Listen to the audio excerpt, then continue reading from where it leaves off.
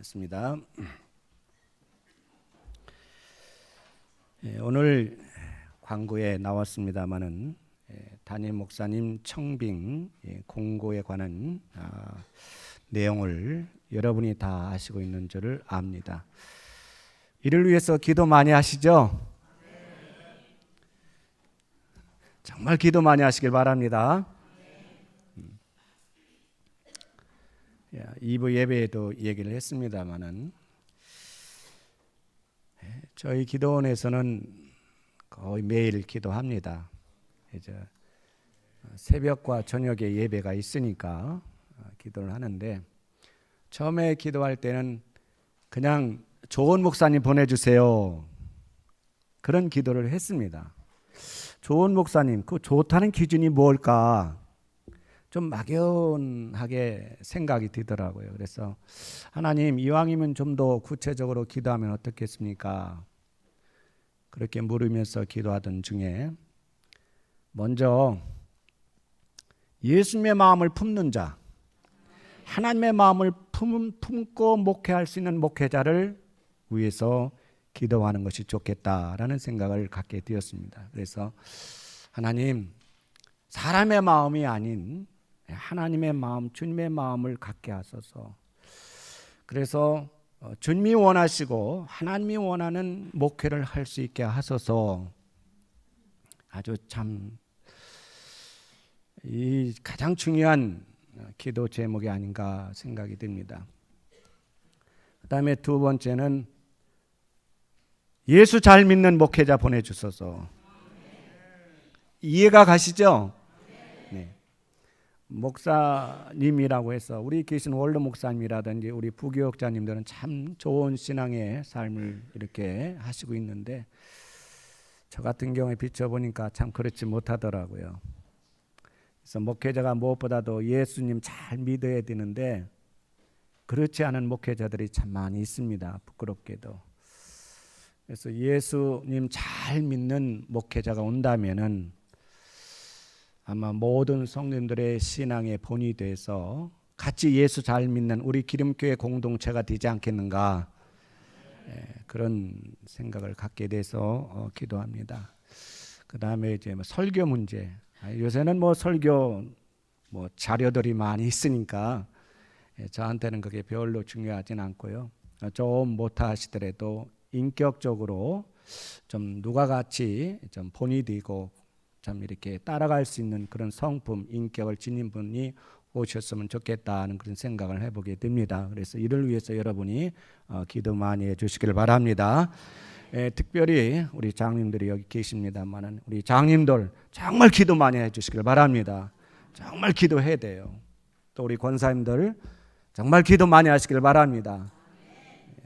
청빙위원회도 있고 또 정관위원회도 있고, 그분들이 정말 하나님 뜻 안에서 잘 이렇게 할 수 있도록 우리 장님들, 권사님들 정말 혼신의 힘을 다해서 기도해 주시길 바랍니다. 지금 기름교회는 기도가 필요할 때입니다. 하나님이 저와 여러분에게 기도의 무릎을 꿇을 것을 말씀하고 있습니다. 우리가 기도할 때 기도하지 않고 나중에 후회하면 그건 아무런 의미가 없죠. 야고보서 5장 13절에 너희 중에 고난당하는 자가 있느냐, 그는 기도할 것이요, 즐거워하는 자가 있느냐, 그는 찬송할지니라 했습니다. 우리말은 기도할 것이요 찬송할지라 이렇게 되어 있는데, 영어 성경에 보면 좀 더 그 의미가 강하게 이렇게 내포되어 있음을 보게 됩니다. 그래서 그냥 기도하고 찬송할 것이 아니라 반드시 고난당하는 자는 기도해야 된다. 즐거워하는 자가 있느냐, 반드시 기도하라, 그렇게 되어 있습니다. 찬송은 곡조이는 기도입니다. 그래서 야고보서 5장 13절의 핵심은 기도입니다. 고난당할 때에도 즐거워할 때에도 기도해야만 된다는 말씀입니다. 결국 우리 신앙생활에서 기도는 필수인 것을 알게 됩니다. 기도는 다시 한번 말씀드립니다. 선택이 아닙니다. 내가 해도 되고 안 해도 될 그런 선택의 문제가 아니라는 거예요. 기도는 적어도 예수 믿는 사람이라면은 반드시 기도해야 된다라는 것입니다. 오늘 본문은 기도가 얼마나 중요한 영적 일인지 우리에게 잘 가르쳐주고 있습니다. 12 지휘자 혹은 사도라고 합니다만 이 선택하는 중요한 일을 눈앞에 두시고 예수님은 산에 오르셨습니다. 산에 오르신 이유는 무엇이죠? 기도입니다. 예수님은 기도하시기 위해서 산에 오르셨다는 것이죠. 그냥 기도하는 것도 아니고 어떻게 기도하셨다? 밤이 새도록 온 밤을 새우면서 기도하셨다라는 것입니다. 예수님께서 철야 기도하셨다는 거예요. 오늘날 교회에서 철야 기도 있습니까? 없습니까? 없어요. 그냥 심야 기도 1시간 하고 갑니다. 언제 어느 시대부터 이렇게 기도가 변질되었는지 참 안타까운 일이 아닐 수 없어요. 제가 젊었을 때만 해도 철야 기도하면 11시부터 새벽 4시까지 꼬박 같이 통성기도 했습니다. 그리고 새벽 예배 드리고 가정에 돌아가서 일을 하고 했습니다. 예수님은 철야 기도의 원조이십니다. 예수님은 새벽 기도의 원조이시기도 합니다. 예수님은 때로는 시간 날 때 쉬시면서도 기도하셨습니다. 예수님은 무엇보다 중요한 일을 눈앞에 두시고 먼저 기도하신 것을 볼 수 있습니다. 공생의 생활을 시작할 때에도 예수님은 40일 금식하시면서 기도하시고 그리고 사역을 시작하셨습니다. 또 고난과 죽음을 눈앞에 두시고 예수님은 겟세마네 동산에서 간절히 기도하셨습니다. 예수님은 기도하시기를 내가 할 수 있다면은 이 잔을 내게서 지나가게 하소서. 그 고난과 죽음이 얼마나 고통스럽고 얼마나 괴로운 것이기에 우리 예수님도 인간의 마음에서 주님, 하나님, 꼭 내가 고난과 죽음의 잔을 마셔야만이 하나님의 뜻을 이룰 수 있습니까? 인류 구원을 이룰 수 있습니까? 그렇게 하지 않고는 다른 방법이 없습니까? 다른 방법이 있다면 하나님 그렇게 해 주십시오. 그게 예수님 인간적인 마음이에요.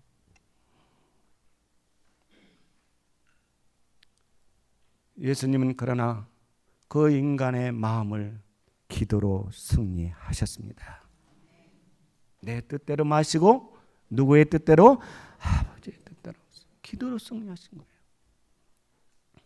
오늘 제자를 선택하는 12 사도를 세우는 아주 중요한 문제를 놓고도 예수님은 기도하셨습니다. 온 밤을 지새우면서 간절히 기도하셨습니다.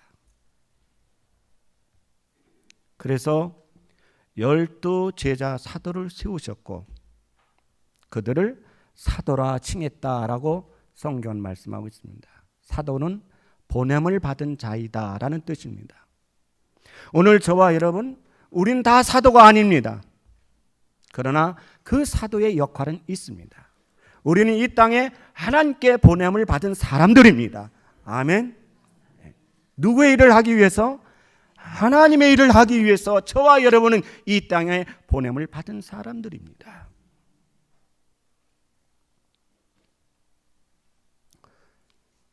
여러분, 기업에서 사람들을 채용할 때 어떻게 합니까? 그 사람의 이력을 먼저 살펴봅니다. 그 사람의 배움의 정도, 그 사람의 어떤 자질, 그 사람의 어떤 인격, 성품, 또 심지어는 은밀한 가운데 관상도 본다는 이야기도 있습니다. 이것은 무엇을 말합니까? 세상에서도 사람을 선택해서 세우는 것이 얼마나 어렵고 힘들고 중요한 일인지 우리에게 보여주는 겁니다. 그러나 예수님은 세상적 방법이 아닌 예수님 자신의 방법에 따라 12 사도를 세우셨습니다. 예수님의 방법이란 뭡니까? 기도입니다. 그것이 예수님이 하신 전부입니다. 모든 것입니다. 기도하시고 12 사도를 세우셨습니다. 14절 16절에 보면은 그 12 사도의 이름들이 나열되어 있습니다. 베드로를 시작해서 마지막 누구요? 가룟 유다까지 있다는 거예요. 얼마나 놀라운 일입니까? 12 사도 가운데 가룟 유다가 있다? 여러분 이해하십니까? 예수님이 온 밤을 세우면서 기도하시고 12 제자 12 사도를 세우셨는데 그 가운데 가룟 유다가 있다는 거예요. 가룟 유다는 우리가 잘 알고 있듯이 예수님을 팔아버린 사람입니다. 그래서 세상 사람들은 그 가룟 유다를 가리켜서 배신자, 배반자이다 그렇게 얘기합니다. 그렇다 하면은 이 가룟 유다가 있다는 것은 오늘 우리에게 무엇을 교훈해 줍니까? 그것은 우리들이 먼저 기도하지 않고 하나님께 묻지 않고 무엇을 한다는 것이 얼마나 위험하고 무모한 일인가라는 것을 잘 보여주고 있습니다. 예수님이 밤이 맞도록 기도하셨는데 그 가운데 가룟 유다 있다는 것은 오늘 저와 여러분이 기도하지 않고 하나님께 묻지 않고 그 무엇을 한다는 것이 얼마나 위험한 일인가, 어리석은 일인가 하는 것을 알게 되는 것이죠. 무엇을 선택하고 무엇을 결정하고 어떻게 행동할 것인지를 우리는 반드시 하나님께 먼저 물어야 합니다. 세상의 기준, 세상의 방법에 따라서 혹은 자신의 어떤 경험, 자신의 지식 이런 것에 의해서 내가 하는 것이 아니라 설령 그것이 어떤 도움이 될 것처럼 보인다 할지라도 우리는 먼저 하나님께 묻고 구해야 한다는 것이죠. 그래서 우리의 첫 번째 영적 과업이 바로 하나님께 기도하는 것이 되어야 된다라는 것입니다. 잠언서 14장 12절에 어떤 길은 사람이 보기에 바르나 필경은 사망의 길이니라 했습니다. 어떤 길은 사람 보기에 옳은 것처럼 보입니다. 바른 것처럼 보입니다. 그런데 그 길이 우리로 하여금 사망으로 이끌어 간다는 거예요. 그래서 잠언서에 보면은 이와 같은 내용의 말씀이 3번이나 언급되어지고 있는 것을 봅니다. 이 한 예가 바로 가나안 12 정탐꾼의 사건입니다. 출애굽한 백성들은 이제 약속의 땅을 가까운 지척에 두고 가데스 바네아에 머무르게 됩니다. 그때 하나님께서 모세를 통해서 주신 말씀이 이제 너에게 약속한 그 땅 눈앞에 두고 있으니 그 땅은 내가 너에게 준 땅이라는 거예요. 그 땅을 올라가서 차지하라는 겁니다. 그러면 그 땅을 너희 것이 될 것이라는 거예요. 두려워하지 말고 놀라지 말고 하나님 말씀 의지해서 올라가라는 겁니다. 그런데 백성들은 한 가지 제안을 합니다. 하나님 방법도 좋지만 그래도 우리 방법이 있습니다. 그 방법이 뭐예요? 그 땅을 올라가기 전에 사람을 보내서 그 땅을 한번 알아보자는 겁니다. 살펴보자는 거예요. 어느 길로 가야 좋을지, 어느 성읍으로 들어가야 좋을지 한번 확인해 보고 그리고 가자는 겁니다. 민수기에는 하나님이 그렇게 말씀하셨다라고 표현되어 있는데 신명기 1장에 보면은 하나님이 그것을 말씀하지 않고 백성들이 하도 집요하게 하나님 우리는 이렇게 하기를 원합니다. 그러니까 하나님께서 그냥 그럼 한번 너희가 원하는 대로 한번 해보라는 겁니다. 여러분요, 하나님이 원치 않으면 즉시 순종해서 하나님 뜻에 순종하는 저와 여러분 되기를 원합니다. 중요해요. 하나님은요, 인격의 하나님이신지 저와 여러분이 고집하면 그냥 하나님이 그래 네 마음대로 한번 해봐 이렇게 내버려 두시더라고요. 그것이 하나님의 포기 선언입니다. 그런데 결과는 언제나 우리에게 고통이라는 거죠. 대가를 치르는데 쓰디쓴 대가를 치른다는 거예요. 그래서 12 정탐꾼을 보내가지고 40일 동안 그 땅을 살펴보게 하고 돌아와서 보고를 하는데 어떤 보고를 합니까? 긍정적인 보고가 아니라 여호수아 갈렙 이에는 다 부정적인 보고를 합니다. 그 땅은 분명 아름다운 땅, 축복의 땅, 젖과 꿀이 흐르는 그런 땅인 것은 분명한데 그 안에 거하는 민족이 너무 크다는 겁니다. 거인들이 살고 있었거든요. 근데 여러분, 하나님에게는 거인이 문제되지 않을 줄로 믿습니다. 그들에 비해서 우리를 보니까 너무 초라한 거예요. 그래서 뭐라고 얘기하죠? 그들에 비해서 우리를 보니까 우리 스스로 뭐와 같다? 메뚜기 같다는 거예요. 기가 막히는 노릇이죠. 만약 여러분 자녀가 엄마 아빠 나 왜 이렇게 놔줬어? 나 왜 메뚜기처럼 태어나게 했어? 그런 자녀들 있죠? 얼마나 마음이 아픕니까? 부모 입장으로서. 그와 똑같은 거예요. 하나님은 보배로운 백성으로 세워주셨는데도 불구하고 우리 스스로 보기에도 뭐와 같다? 메뚜기와 같다는 거예요. 그래서 저는 이것을 심리학적 용어로 뭐라고 표현하면 그라스하퍼 멘탈리티다 그렇게 얘기합니다. 이건 이제 심리학 사전에도 없어요. 제가 만든 용어입니다.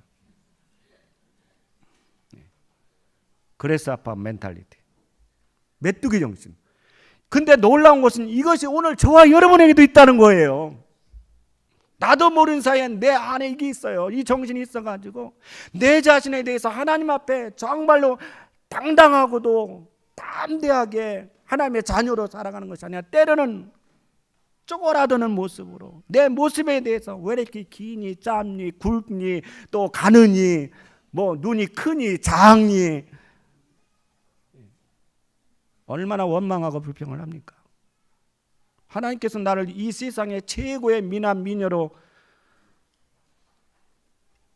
그렇게 세워주셨는데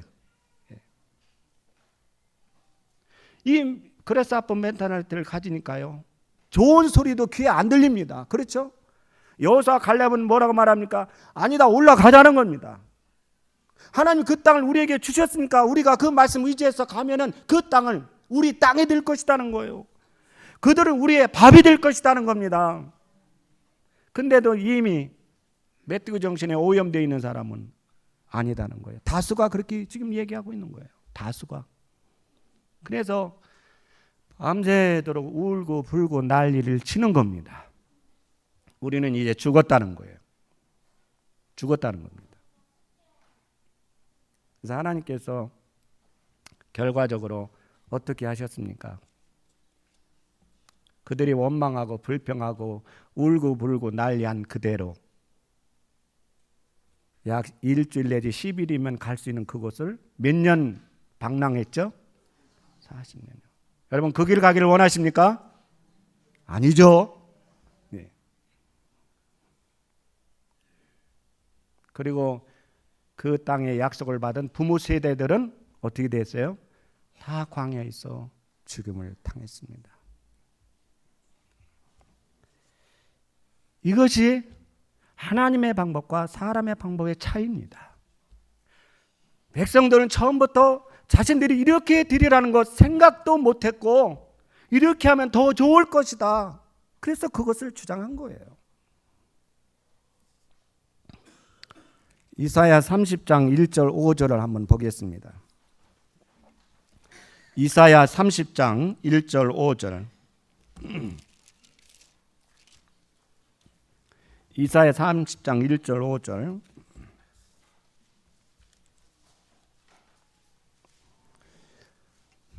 같이 한번 읽겠습니다. 여호와께서 이르시되 패역한 자식들은 화 있을진저 그들이 계기를 베푸나 나로 말미암지 아니하며 맹약을 맺으나 나의 영으로 말미암지 아니하고 죄의 죄를 더하도다. 그들이 바로의 세력 안에서 스스로 강하려 하며 애굽의 그늘에 피하려 하여 애굽으로 내려갔을 때 나의 입에 묻지 아니하였도다. 그러므로 바로의 세력이 너희의 수치가 되며 애굽의 그늘에 피함이 너희의 수욕이 될 것이라. 그 거관들이 소안에 있고 그 사신들이 하네스에 이르렀으나 그들이 다 자기를 유익하게 하지 못하는 민족으로 말미암아 수치를 당하리니 그 민족이 돕지도 못하며 유익하게도 못하고 수치가 되게 하며 수익이 되게 할 뿐임이니라. 아멘. 이 말씀의 배경은 지금 이스라엘이 아수르에 의해서 바빌론에 의해서 지금 위기 가운데 놓이게 됩니다. 그래 백성들이 고민을 하겠죠. 그때 하나님께서는 뭐라고 말씀하냐면 애굽으로도 가지 말고 아수르도 가지 말고 내게 오라는 겁니다. 그런데 백성들은 그래도 눈에 보이지 않는 하나님보다 눈에 보이는 애굽 강국이니까요. 아수르가 낫겠지. 그래서 하나님과 조금 더 상의하지 않고 자신들이 그 길을 뇌물을 많이 가지고 갑니다. 그러나 그 일이 오히려 어떻게 됐습니까? 하나님께 죄의 죄를 더할 뿐이고 그리고 도움 하나 받지 못하고 오히려 수치와 수욕이 되었다는 거예요. 저와 여러분 깊이 묵상해야 할 말씀인 줄 압니다. 잠언서 16장 1절 3절에 마음에 경외한 사람에게 있어도 말의 응답은 여호와께로부터 나오느니라. 너의 행사를 여호와께 맡겨라. 그리하면 네가 경영하는 것이 이루어지리라 했습니다. 마음의 경영은 내가 할지라도 계획은 내가 세운다 할지라도 그것을 누구께 맡겨라? 하나님께 묻고 맡겨라는 거예요. 그러면 너의 계획이 너의 경영하는 것이 이루어진다라는 겁니다. 그러므로 우리가 하고자 하는 것들, 우리가 기획하고자 하는 것들 내 마음대로 내가 하고 싶은 대로 하는 것이 아니라 반드시 하나님의 조언을 구해야 한다는 거예요. 그래서 이사야 30장 너희는 내게 묻지 아니었다, 이 말은 컨설팅이라는 말로 표현하고 있습니다. Without consulting me, 나에게 묻지 않았다, 이 말은 나에게 조언을 구하지 않았다는 거예요. 나의 자문을 너희가 원하지 않았다는 거예요. 네 생각대로 했다는 거예요. 그러니까 우리는 반드시 하나님의 조언, 자문을 구하면서 행해야 될 줄로 믿습니다. 이 하나님과 자문을 구하는 것이 바로 기도예요. 하나님 이거 어떻게 하면 좋겠습니까?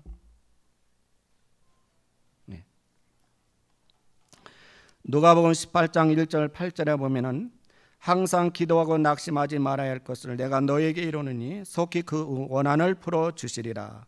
그러나 인자가 올 때 세상에서 믿음을 보겠느냐 하시니라. 아멘. 보세요. 지금 예수님께서 기도에 대해서 교훈하시는데 기도에 항상 힘쓰고 낙심하지 말 것을 과부와 불의한 재판관의 예를 들어서 말씀을 하고 있습니다. 이 역시 성경을 보니 그냥 항상 낙심하지 말라 이 말이 아니라 반드시 항상 기도하고 이 얘기는 하나님께 반드시 묻고 그 말이죠. 그리고 기도하는 일에 낙심하지 말라는 겁니다. 기도하는 일에 포기하지 말라는 거예요. 불의한 재판관도 찾아오고 또 찾아오는 그 한 과부, 그 원한을 풀어줬던 것처럼 우리 아버지 되신 하나님이 저와 여러분이 밤낮 풀어주는 것 왜 들어주시고 풀어주지 않겠느냐는 겁니다. 그러나 내가 올 때에 세상에서 믿음을 보겠느냐? 그러나 내가 올 때 세상에서 믿음을 보겠느냐? 이 말씀은 시간이 흐르면 흐를수록 기도에 대한 믿음이 사라지고 있다는 예수님의 탄식의 예언입니다. 예수님이 가까이 올수록 교회에서 성도 입술에서 기도가 사라지고 있다는 거예요. 기도하지 않다는 거예요. 않고 있다는 거예요. 불행하고도 이 예언의 말씀이 이루어지고 있는 교회의 현실을 우리는 보고 있습니다. 기도하는 일 정말 전심으로 열정을 가지고 열망을 가지고 기도하는 일이 교회에서 점점 멀어지고 있다는 거예요. 기도가 필요할 때 기도하지 않는 현실, 기도의 나태함과 기름을 피우고 있는 현실. 내 집은 만민이 기도하는 집이라고 주님은 말씀하셨는데 오늘 이 교회가 강도의 소굴로 변질되어 가고 있는 이 현실, 이것이 현실이라 할지라도 오늘 저와 여러분만큼은, 우리 기름교회만큼은 기도에 충실하길 주님의 이름으로 축복합니다.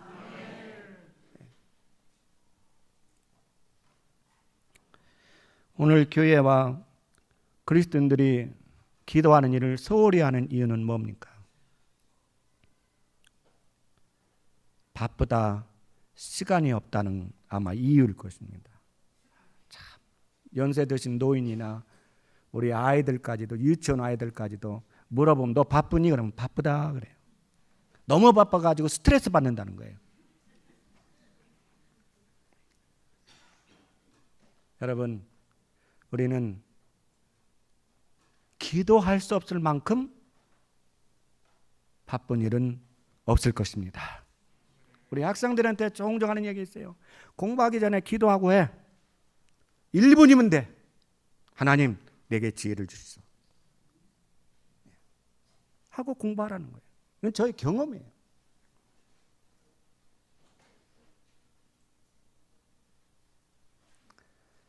여러분, 우리는 바쁘면 바쁠수록 더 기도해야 될 줄로 믿습니다. 그 다음에 기도 효능의 불신이죠. 기도해봤더니 별 볼 일 없더라. 그냥 시간만 낭비했네. 기도 대신 내가 해야지. 그러니까 응답에 대한 그 불신에서 오는 것이죠. 응답이 뭐 늦어진다거나 더뎌진다거나. 여러분, 기도 응답은요 즉각 응답되는 것도 있지만은 대체적으로 보면은 늦어지는 경우도 있어요. 하나님의 때, 하나님 그 시간에 맞춰서 우리에게 응답해 주십니다. 중요한 것은 즉각적인 응답도 있지만은 하나님께서 우리의 기도 반드시 기억하시고 그때 정확하게 응답해 주십니다. 어거스틴의 어머니 모니카는 어거스틴 아들 그 탕자 어거스틴을 위해서 몇 년 기도했습니까? 40년을 눈물로 기도했습니다. 40년을 눈물로 기도했어요. 저희 가정 같은 경우에도 보니까 지금은 제가 미국 갔다 온 사이에 하나님이 은혜로 저희 조카들 큰형, 큰누님, 큰형, 둘째, 셋째까지 딸들이 전부 권사가 되어 있더라고요. 처음에는 상상도 못했어요. 보니까 다 권사님이 되어 있는 거예요. 네, 마지막으로 이제 우리 형님들, 형님들 위해서 기도하는 거죠. 그래서 조카들도 큰아빠, 작은아빠의 일을 위해서 우리 기도해. 기도하자. 그 기도가 요새 와서 이루어지더라고요. 우리 큰 형수님이 아주 그냥 골수 불교 신자인데 헛된 것을 깨닫고 이제 불교 그 어디입니까? 절에 안 간다는 거예요. 그러면서 이제 교회 다니고 예수 믿겠다는 겁니다. 그래서 얼마나 감사해요. 이게 40년이 넘어서 응답되어진 겁니다. 그러니까 기도는 공짜가 없어요. 공짜가 없어요. 그렇기 때문에 여러분, 기도하는 일 포기하지 않기를 바랍니다. 기도 멈추지 마세요. 계속 기도하세요. 성경은 말씀하기를 의인의 간구는 역사하는 힘이 크니라 했습니다. 의인은 저와 여러분을 가리킵니다. 우리 기도는 매우 능력 있고 매우 힘 있고 매우 효과가 있다는 거예요. 효과 100%라는 거예요. 그러니까 여러분, 기도 효과 의심하지 않기를 바랍니다. 그리고 우리가 기도하지 않는 이유 가운데 하나는 하나님을 덜 사랑하거나 아니면 사랑하지 않는다는 증거입니다. 여러분, 정말 하나님 사랑하십니까? 예수님 정말 사랑해요? 마음으로 사랑해요? 이거는 못하나 본데. 정말 내 힘을 다해서 하나님 사랑합니까?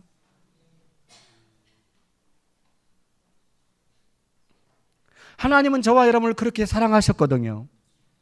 그렇죠? 하나님의 사랑은 늘 한결같아요. 그냥 사랑하는 것이 아니라 자신 아들을 주기까지 하면서 저와 여러분을 사랑하셨습니다. 그런데도 이 사랑 우리가 알지 못하고 그 예수님, 그 하나님 사랑하지 않겠습니까? 정말 하나님을 사랑하는 사람은 기도할 수밖에 없어요. 왜냐하면 기도는 사랑의 언어입니다. 만약 부부 사이에 대화가 없다면 빨간 등이 켜져 있다는 신호일 수 있습니다.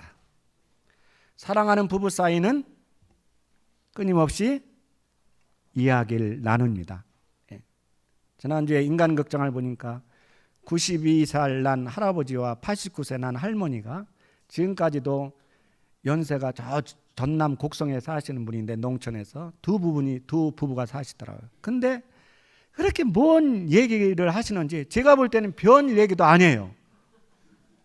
그런데 그렇게 다닥 나가면서 이야기하시면서 부인을 부를 때에 정규래 씨 아마 보신 분은 알 겁니다. 그걸 보고 집사람이 여보 우리도 죽는 날까지 하나님 품에 안기는 그 순간까지 저렇게 살아야 돼. 그렇죠. 사랑하는 부부는 끊임없는 이야기가 있습니다. 어느 분이 저에게 말하기를 살다 보니까 말이 없어지더라. 부부 사이에 말이 없어지더라. 그런 얘기를 하더라고요. 여러분 그 말에 동의하십니까? 그거 동의하면 큰일 나는 겁니다. 하나님과 우리 사이도 마찬가지예요. 내가 하나님을 사랑한다면서 일평생 한 번도 하나님 앞에 한마디 하지 않고 신앙생활을 한다면 그것이 기적입니다. 여러분 기도는 어려운 게 아니에요. 정말 할 것이 없으면 하나님 사랑해요. 그 고백 한번 해보세요. 하나님 오늘 이 좋은 날씨 주시니 감사하네요. 어제 정말 날이 너무 좋더라고요. 미세먼지 하나 없고 그냥 하늘은 파랗고요. 그래서 아침에 일어날 때 하나님 이 좋은 날씨 주시니 감사합니다. 그게 기도예요. 기도 어려운 거 아니에요. 그냥 내 부인한테 내 남편한테 자식한테 하는 것처럼 그렇게 편한 마음 가지고 하세요. 또 여러분 또 살다 보면 어려움이 있잖아요. 아픔이 있잖아요. 상처가 있잖아요. 여러분 그런 거 가지고 하나님 앞에 고하세요. 하나님 내가 이런 아픔이 있네요. 내가 이런 상처가 있네요. 그렇게 하세요.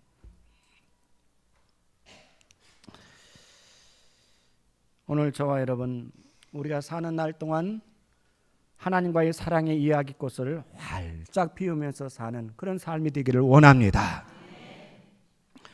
여호와께서 내 음성과 내 간구를 들으심으로 내가 그를 사랑하는도다. 그의 귀를 내게 기울이셨으므로 내가 평생에 기도하리로다. 이 고백이 저와 여러분의 고백이 되기를 원합니다. 이제 결론 짓겠습니다. 기도는 우리들이 첫째도 둘째도 셋째도 늘 해야 할 매우 중요한 영적 과업입니다.